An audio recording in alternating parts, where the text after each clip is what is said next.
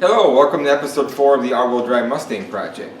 Progress continues on trying to finalize the transmission crossmember and the transfer case adapter. I was kind of waiting for the shifter to show up because I wanted to make sure that when I made the crossmember there was enough room above the transfer case for the shifter. And so there was a little bit of a delay there, but that showed up and I started mocking that up. Let's get right into it. Well, I'm trying to make progress on the basically transfer case and transmission mount in the car. You saw in the last video where I made at least my first version of the transfer case adapter. That turned out pretty well, but I'm going to remake it and actually reclock the transfer case down. I've since done some more layout. Kind of like I actually made a comment about that in the last episode about how it could be clocked. Not to be horizontal, and I think I can put it down like 6 or 7 degrees and actually get a lot more floor space. So, but before I do that, I wanted to make sure all my angles are good and everything else is good, and I was waiting for my shifter to show up. So I got this Mgw shifter, and which is what I had planned to use. So obviously I'm using basically the external shifter adapter. This one is from a Camaro, not a GT500, because it's got a little different swivel on it. That's not important right now, but basically that gets the shift rod above the transfer case, and versus if you were to use an internal shift rod, it would be inside here and go through this adapter and it hit the transfer case. So anyways, I'm using this. Is readily available. Obviously this is what all the newer Camaros and Challengers and GT500s all use this external shifter adapter basically, and then have an external shifter. So that was my plan, and I thought this was going to be one of the easier things to do. I didn't put much thought into it. I wrote a check and bought this thing, and this basically is supposed to bolt to the body on some bushings here, and I was probably going to actually mount it directly to the transmission, but I really thought this was going to be a solution I could just buy and it would work. But if it was easy, everybody would do it, I guess. But here's the challenge. We had it all mocked up in the car last night, and this shifter here is really tall, and you can't get the transmission back up where it's supposed to be without all this interfering. This is supposed to be about right here actually. And so basically with this thickness of the shifter, it hits the power tunnel, hits the body, right? And so that threw me for a loop a little bit and is making me reinvestigate my direction here a little bit. I don't want to get too derailed. And so I'm trying to figure out the next steps. And so one thing that really bugs me, and I mentioned this in one of my previous videos too, is that with the off-the-shelf bell housings that are available, the main transmission is actually clocked counterclockwise, looking from the back anyways, counterclockwise 5 degrees. And so are like the Magnum XLs too. The whole shifter is offset. But this shifter here, or these external shifters, are meant to be kind of, square to the body or square to the car.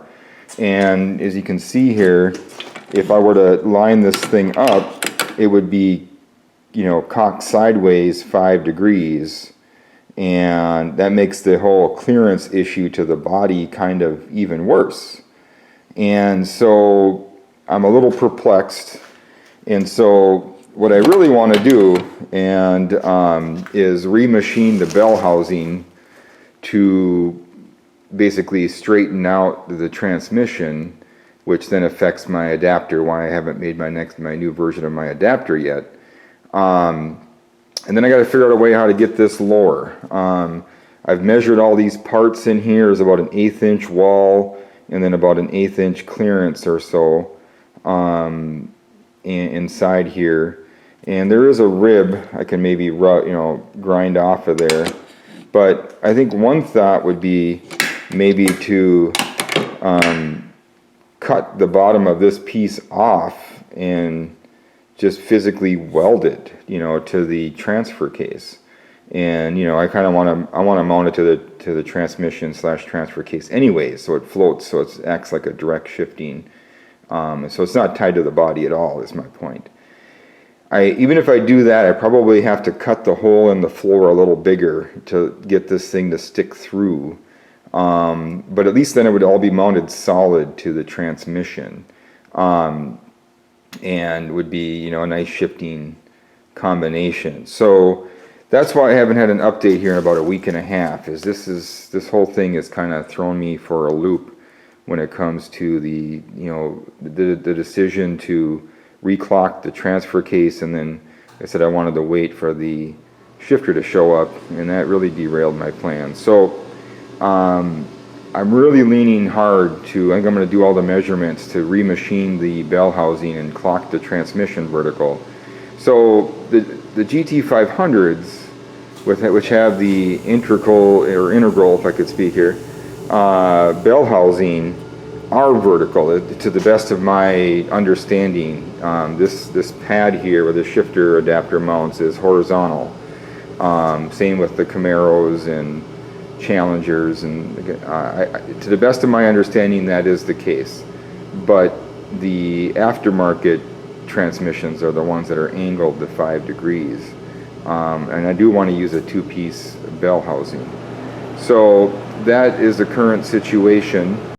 So I've decided to reclock the bell housing. I think that's the best thing for getting the shifter to work out properly. So basically I'm going to re-drill the holes and the dowel pin holes, so the transmission is vertical or 5 degrees off from what it is now. And I think that'll just make everything simpler.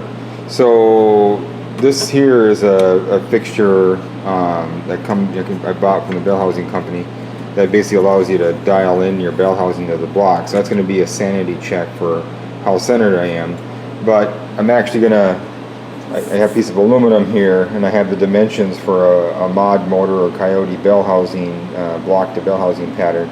So once I get an approximate 0 on here, I'm actually going to machine in the holes for the dowel pins and put the dowel pins in this fixture plate and then bolt it down so I have a known location, and then I'll double check my 0 on here to see if the flange is actually lined up with the back before trying to machine the flange. So, whoops.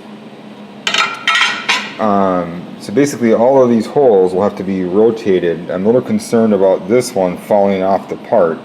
If it does, I'll have to weld down a little piece here to have it on there. The rest of them look okay. There's also some concern that this one here, this double pin will overlap with this bolt, but I think it'll be bigger than the bolt, and it'll work out. Otherwise, once again, I'll have to weld it in. That's why I want to make a fixture plate so I can take the bell housing off the plate and re-index it on there without having to reset it up every time in case I have to take it off the mill. I also machined, might be hard to see here, but I machined the back of the fixture plate after it was bolted to the mill, so that basically the whole back length of it, so if I need to take the fixture plate off for any reason, I can get it back on the mill and put an indicator on it and get it square to the mill, so I can get everything set back up again. So right now I'm just roughing in, getting a 0, and then I'm going to machine in the 2 dowel pins and a couple bolt holes to bolt the bell housing to it. I'll show you that process next.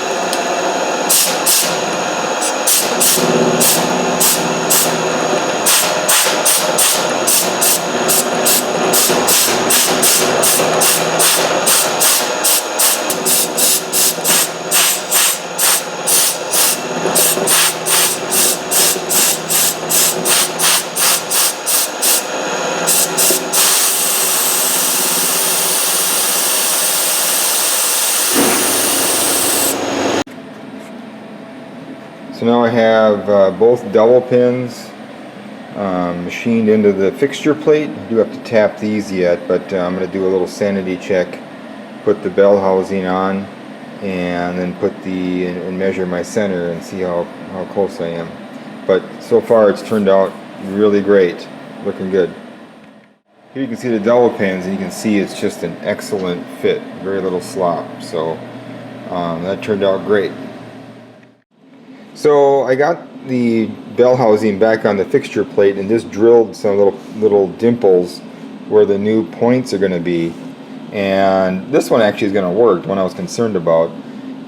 This one here is obviously going to hit the old dowel pin location, and I think the dowel pin is going to be okay, and the rest of them should be okay here. Similar over here. So yes, I think some welding is going to be required. So I got to take this off and weld it, and that will probably be detailed in the next video. But yeah, so the plan is to weld these shut, maybe weld a little bit of an extra ear here, and then basically re-drill and re-tap the bell housing to get the transmission vertical in the car to help with the shifter. But I will save that for the next video because it's going to take me, I think, a couple of 3 days to do that, and more details to come. While I was waiting for the shifter to arrive, I decided to do a little experiment here. I wanted to verify how many pulses per revolution this is a 2010 Ranger bearing unit, how many pulses per revolution the ABS sensor puts out. And so this is my setup here. I got it basically set up in my lathe, and then my lathe DRO has an RPM sensor. Basically there's a magnet on the shaft, so that gives you RPM, and then with a little extra power supply and some resistors and an oscilloscope, I can measure the output frequency of the ABS sensor. And if you know the RPM and the frequency, you can do the math and get pulses per minute. Here, I'll show you how it works here. So we basically turn the lathe on,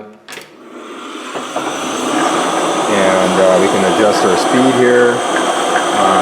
300 ends up being a really nice number, keeps the math nice.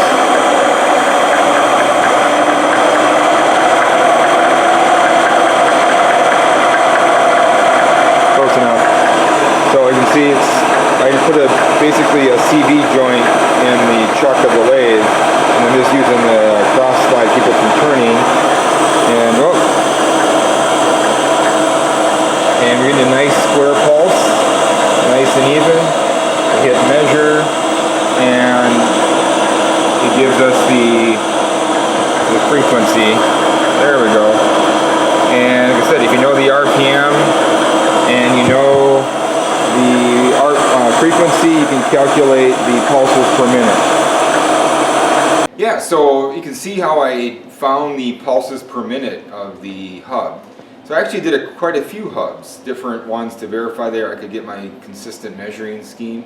And so I did the 2010 Ranger, I did a 2008 Explorer, and then of course a stock 2017 hub. And then I did the Mgw hub, or the GT350 hub. And I wanted to verify that they all had the same, or at least that the one I kind of plan on using, which is the 2010 Ranger hub, had the same pulses per revolution as the 2017 Mustang.